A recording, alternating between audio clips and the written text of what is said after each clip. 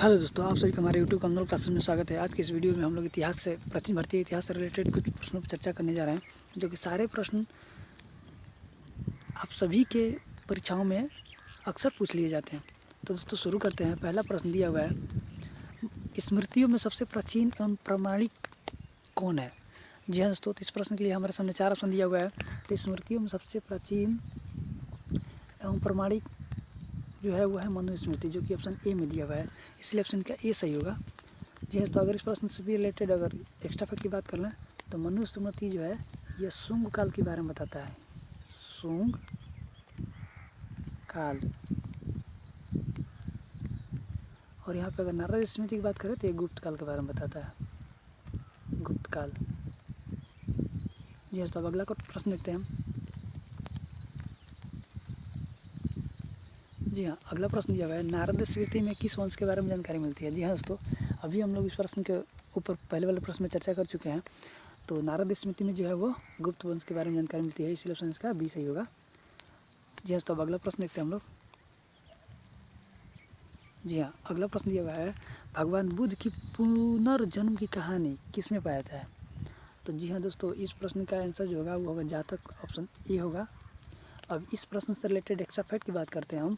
तो यहाँ पे आगम जो है ना, ये जैन धर्म से संबंधित है, जैन धर्म से। और यहाँ पे कल्पसूत्र जो है, कल्पसूत्र को, जी हाँ दोस्तों, ये जो कल्पसूत्र है, कल्पसूत्र को लिखा था किसने? भद्रबाहु ने।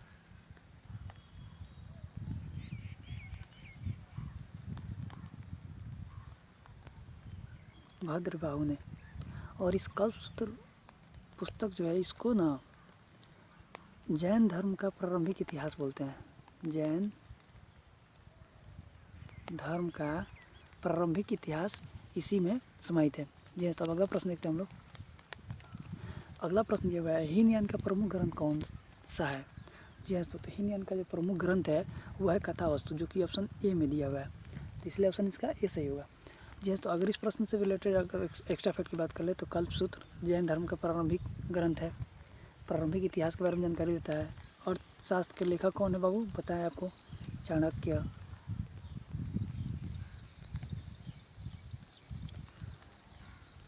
अगर यहाँ पे और एक्स्ट्रा फैक्ट की बात कर लें हम तो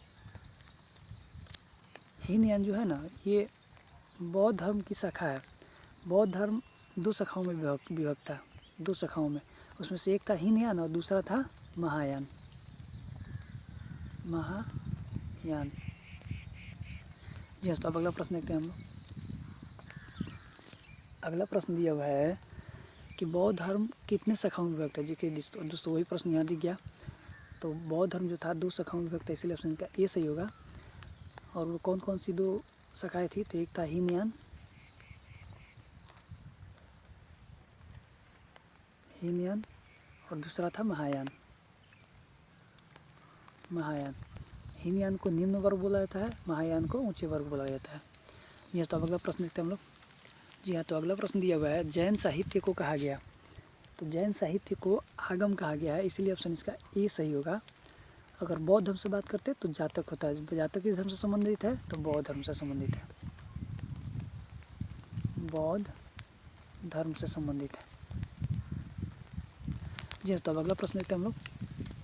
जी हाँ, तो अगला प्रश्न दिया हुआ है कि जैन धर्म का प्रारंभिक इतिहास किस ग्रंथ को कहा जाता है? जी हाँ दोस्तों, देखिए वो प्रश्न फिर यहाँ पे मिला।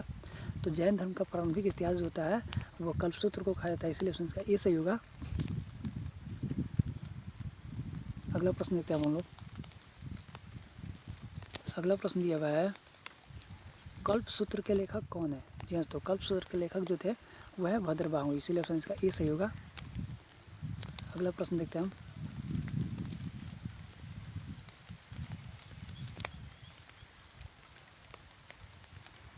अगला प्रश्न दिया हुआ है, और शास्त्र के लेखक कौन है? और शास्त्र के लेखक जो है चाणक्य हैं, इसलिए ऑप्शन ए सही होगा। चाणक्य का ही और भी नाम है, क्या क्या नाम है बाबू? तो वह है विष्णुगुप्त,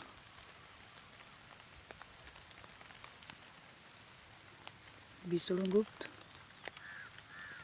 और क्या नाम है इनका? कौटिल्य।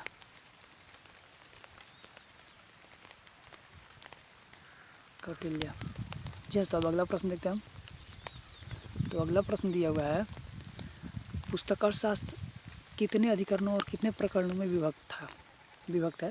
तो जी हाँ, तो पुस्तक अर्थशास्त्र जो था वो 15 अधिकरणों और 180 प्रकरणों में विभक्त है, इसीलिए ऑप्शन ए सही होगा। जी हाँ, तो अब अगला प्रश्न देखते हैं हम लोग। जी हाँ, तो अगला प्रश्न दिया हुआ है, संस्कृत साहित्य में सर्वप्रथम ऐतिहासिक घटनाओं को क्रमबद्ध लिखने का कार्य किसने किया था। तो यह कार्य जो किया था सबसे पहले उनका नाम था कल्हड़, जो कि ऑप्शन बी में दिया है, ऑप्शन बी सही होगा इसके लिए। जी हाँ, तो अब अगला प्रश्न देखते हैं हम लोग। राजत रंगड़ी के लेखक कौन है। तो राजत रंगड़ी के लेखक जो है कल्हड़ है, इसीलिए ऑप्शन इसका ए सही होगा। और राजत रंगड़ी जो पुस्तक था, इस पुस्तक से जम्मू कश्मीर के इतिहास के बारे में जानकारी मिलती है। जम्मू कश्मीर के इतिहास के बारे में जानकारी मिलती है। जैसे तो अब अगला प्रश्न देखते हैं हम लोग। अगला प्रश्न ये दिया हुआ है कि अरबों का सिंध विजय का वृत्तांत किस पुस्तक में समाहित है।